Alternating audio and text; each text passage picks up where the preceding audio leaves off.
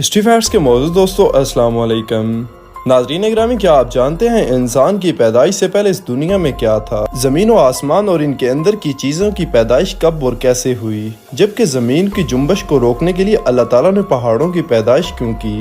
عالم کی ابتدا کیسے ہوئی اور زمین و آسمان کے وجود سے پہلے عرش الہی کس چیز پر تھا؟ ان تمام سوالوں کے جواب آج کی ویڈیو میں ہم آپ کے سامنے پیش کرنے جا رہے ہیں۔ اگر آپ چینل پر نئے ہیں تو آپ سے گزارش ہے کہ چینل کو سبسکرائب کر لیں، جبکہ ویڈیو کو آخر تک ضرور دیکھیں۔ ناظرین اکرامی، سب سے پہلا سوال ہے انسان کی پیدائش سے پہلے کیا تھا؟ یہ بات تو کم و بیش سب ہی جانتے ہیں کہ سب سے پہلے انسان سیدنا آدم علیہ السلام ہیں۔ اب سوال پیدا ہوتا ہے کہ انسان سے پہلے کیا تھا اور اللہ تعالیٰ نے اپنی بے شمار مخلوقات میں سے سب سے پہلے کس چیز کو پیدا فرمایا؟ اس سوال کا جواب قرآن و حدیث سے حاصل کرنے کی کوشش کریں گے، کیونکہ مسلمان کی رہنمائی کے لیے روشنی کے یہی دو مینار ہیں۔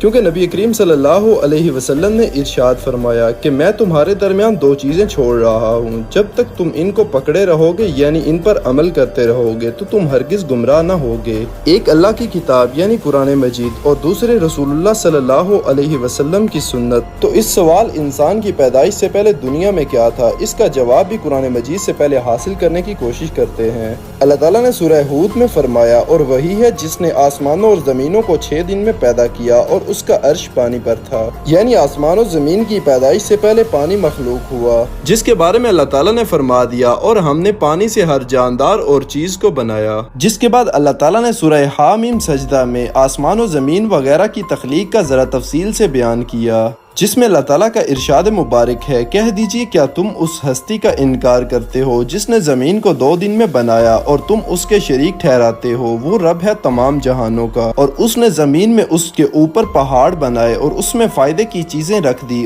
اور اس کی غذائیں ٹھہرا دی 4 دن میں، تمام سوال کرنے والوں کے لیے برابر۔ پھر وہ آسمان کی طرف متوجہ ہوا اور وہ دھواں تھا، پھر اس نے آسمان اور زمین سے کہا کہ تم دونوں آؤ خوشی سے یا ناخوشی سے؟ دونوں نے کہا ہم خوشی سے حاضر ہیں۔ پھر اس نے 2 دن میں اس کے 7 آسمان بنائے اور ہر آسمان میں اس کا حکم بھیج دیا، اور ہم نے آسمان دنیا کو چراغوں سے زینت دی اور اس کو محفوظ کر دیا۔ یہ عزیز و علیم کے منصوبہ بندی ہے، یعنی زمین اور اس کے متعلق چیزیں یہ سب 4 دن میں اللہ تعالیٰ کے حکم سے مکمل ہوئی، اور 2 روز میں زمین بنائی گئی، اور 2 روز میں اس کے متعلق یعنی زمین میں قسم قسم کے درخت، میوے، پھل، غلے، حیوانات، کانیں وغیرہ پیدا فرمائی۔ زمین اور اس سے متعلق اشیاء کی پیدائش کے بعد اللہ تعالیٰ نے آسمانوں کی طرف توجہ فرمائی۔ آسمان کے وجود میں آنے سے پہلے سارا خلا دھوئیں کی طرح تھا، اس سے اللہ تعالیٰ نے 7 آسمان بنائے۔ پھر آسمان و زمین کے ملاب سے دنیا بسائی گئی، آسمان سے سورج کی شعاعیں آئی، گرمی پڑی، ہوائیں اٹھیں، ان کے گرد اور بھاپ اوپر چڑھی، پھر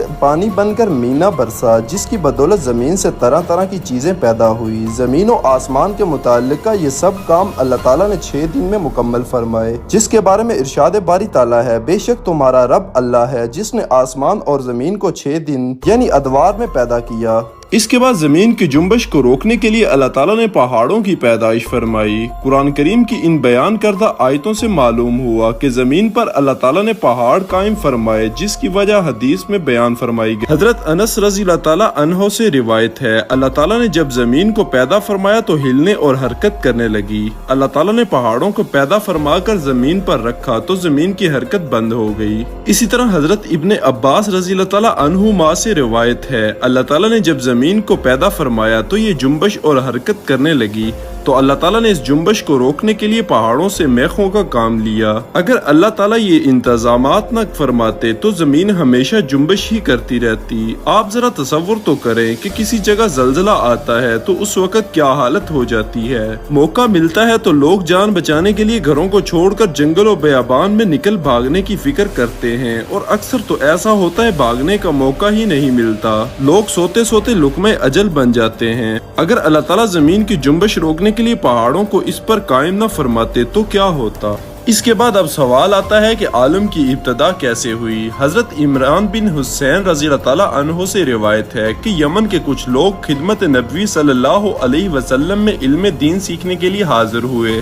ان لوگوں نے اور باتوں کے علاوہ آپ خاتم النبیین صلی اللہ علیہ وسلم سے یہ بھی دریافت کیا کہ اس عالم کی ابتدا کیسے ہوئی۔ آپ صلی اللہ علیہ وسلم نے ارشاد فرمایا، دنیا کے وجود سے پہلے صرف اللہ تعالیٰ کی ذات تھی، اس سے پہلے کچھ نہ تھا، اور عرش خداوندی پانی پر تھا۔ اس کے بعد اس نے آسمانوں اور زمین کو پیدا فرمایا اور لوح محفوظ میں ہر چیز کو لکھ کر ثبت فرما دیا۔ حضرت عبداللہ بن عمر رضی اللہ تعالیٰ عنہما سے روایت ہے کہ جناب رسول اللہ صلی اللہ علیہ وسلم نے ارشاد فرمایا، اللہ تعالیٰ نے آسمان اور زمین کے وجود سے 50,000 سال قبل جملہ مخلوق کے لیے جو بھی مقدر کر دیا تھا اس سب کو لوح محفوظ میں جمع کر دیا تھا، اور آسمان و زمین سے پہلے عرش خداوندی پانی پر تھا۔ حضرت عبادہ بن صامت رضی اللہ تعالیٰ عنہ سے روایت ہے کہ جناب نبی کریم صلی اللہ علیہ وسلم نے ارشاد فرمایا، اللہ تعالیٰ نے قلم کو پیدا فرما کر اس کو حکم دیا، لکھ۔ قلم نے دریافت کیا کہ کیا لکھوں؟ اللہ تعالیٰ کی طرف سے حکم ہوا، جو کچھ قیامت تک مقدر ہوگا وہ سب لکھ، تو اس نے قیامت تک جو کچھ ہونے والا تھا سب لکھ دیا۔ حضرت ابن عباس رضی اللہ تعالیٰ عنہما کی ایک روایت میں ہے کہ زمین و آسمان کے وجود سے پہلے عرش الہی پانی پر تھا۔ اللہ تعالیٰ کے حکم سے ایک ہوا چلی جس سے پانی کی لہریں پھٹ کر پانی کی سطح پر قبہ کی شکل میں ایک بلبلہ پیدا ہوا۔ اس سے اللہ تعالیٰ نے ساری زمین کو مرکب فرما کر اس کو پانی کی سطح پر بچھا دیا۔ ناظرین گرامی، یہ وہ دنیا ہے جس میں آج ہم سانسیں لے رہے ہیں۔ آپ ذرا تصور کریں کہ اللہ تعالیٰ نے اس جہان فانی کو اتنی زیب و زینت دی ہے تو اللہ تعالیٰ نے جنت کو کس قدر حسین بنایا ہوگا، لیکن ہم نے کبھی اس بارے میں خیال ہی نہیں کیا۔